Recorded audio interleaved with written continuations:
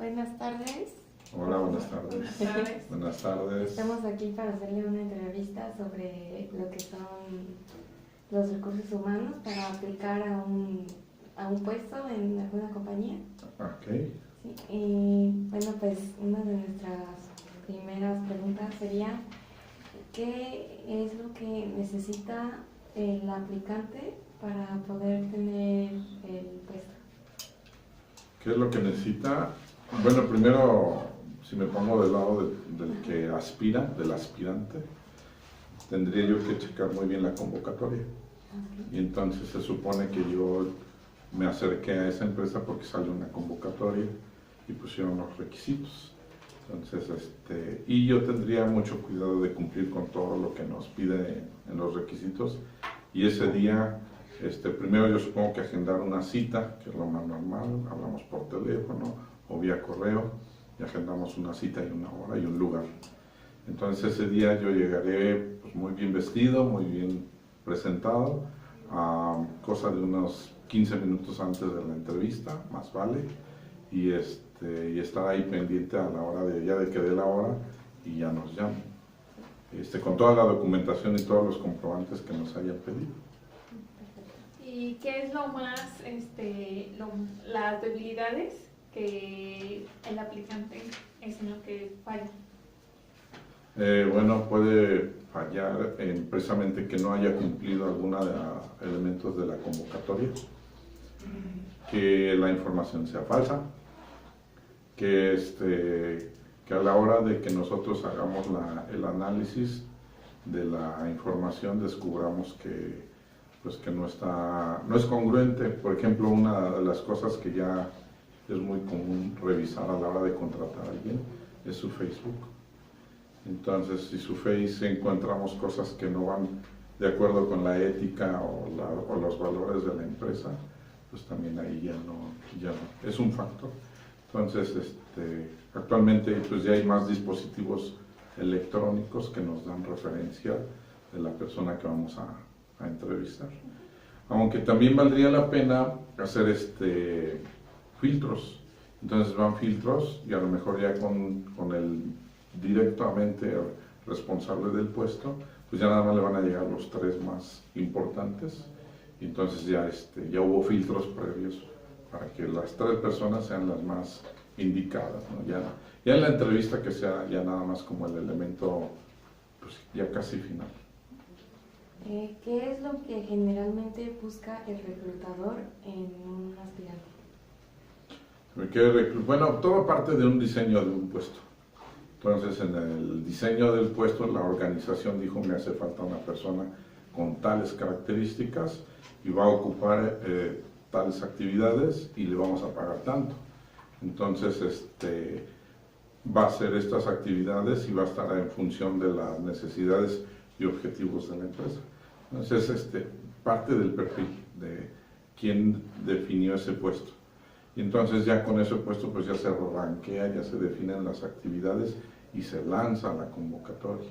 Ya hoy en día hay muchos lugares para hacer convocatorias, bolsa de trabajo o bolsas electrónicas como Manpower o LinkedIn, que son de los más famosos. Entonces la gente va metiendo ahí sus currículum.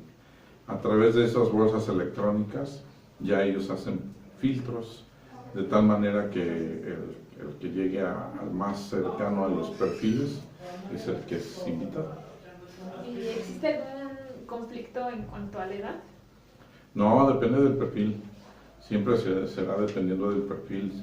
Por ejemplo, si mi intención de una empresa es arrancar con personal que pues, apenas va a empezar a conocer algunas labores, pudiera yo empezar con perfiles no tan exigentes y a lo mejor con jóvenes.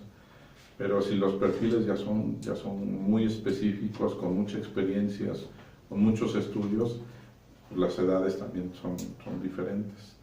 Y el que de plano, pues diríamos que ya la edad no importa, es cuando se vuelven consultores. De hecho, entre más canas tenga, un consultor da más confianza. Entonces, no hay rangos, vuelvo al tema del perfil, de quien haya definido el perfil. Y es importante porque a la hora del trabajo, a la hora de cuando ya lo ponemos a trabajar y vemos a la vuelta de 2 o 3 meses que no dio los resultados que esperábamos, volvemos al tema. ¿Y el perfil dónde está? ¿O qué pasó? ¿Quién lo contrató?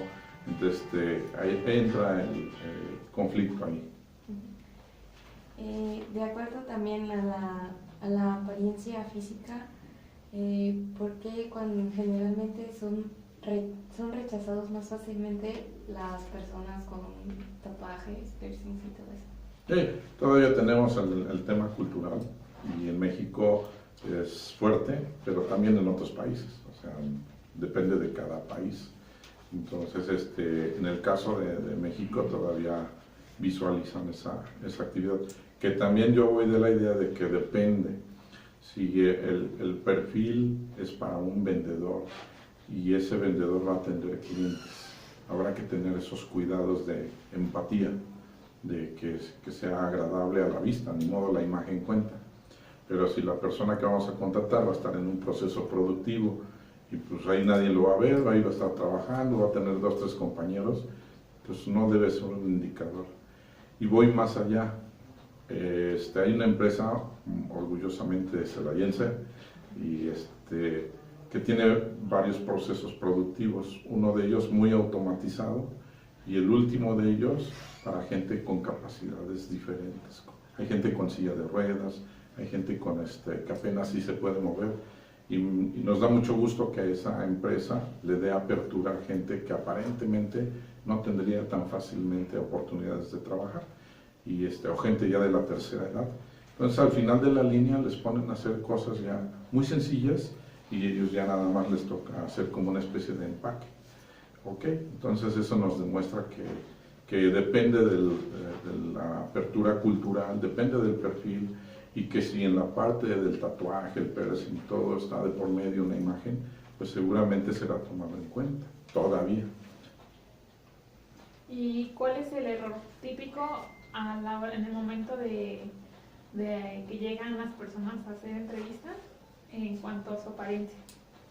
El error típico es pues eso, no ser congruentes con el perfil de lo que yo busco. Por ejemplo, si yo busco un obrero, difícilmente un obrero va a llegar de traje, ¿no? O sea, no es, busco a alguien técnico, un químico, un técnico, pues es entendible que va a ser operativo, pero si lo que estoy buscando es un posible gerente, o vamos más lejos, por ejemplo, un director de una escuela, donde va a atender a padres de familia, donde va a atender a hijos, donde va a atender, y yo le pongo enfrente a alguien con un aspecto pues no muy agradable, estaría en riesgo.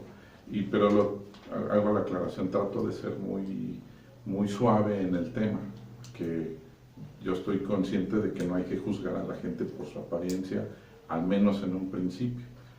Pero depende también, vuelvo al tema, de si enfrente a quién va a atender, ¿no? Porque depende del puesto.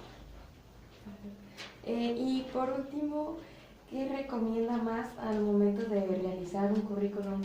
¿Que la información sea abundante o sea concisa y corta?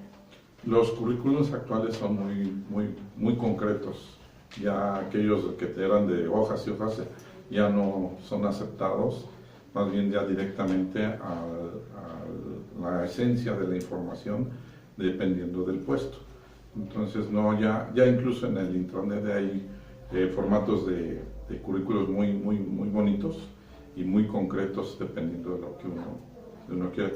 Que a final de cuentas, si hubiera alguna falta de información, para eso es la entrevista. Entonces, oye, pues aquí en el currículum menciona esto, pero como que no veo tal cosa.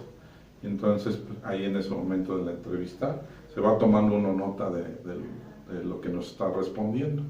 Y ya en función de eso, después de la entrevista, a lo mejor me pongo a verificar todavía que ya hay información pendiente y checar que sí, que sus ¿cómo se llama? Sus antecedentes, sus recomendaciones, que sus documentos sean originales, oficiales, no sé, que no haya piratería en este tema y bueno, pues entonces ya me dará un nivel de confianza como para contratarlo.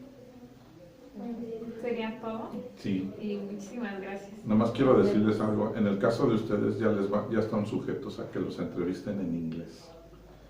Y entonces las entrevistas de hoy día poco a poco tienden a ser también en inglés. Entonces pues paso el comentario porque esa ya también es una tendencia. Sí. ¿Sí?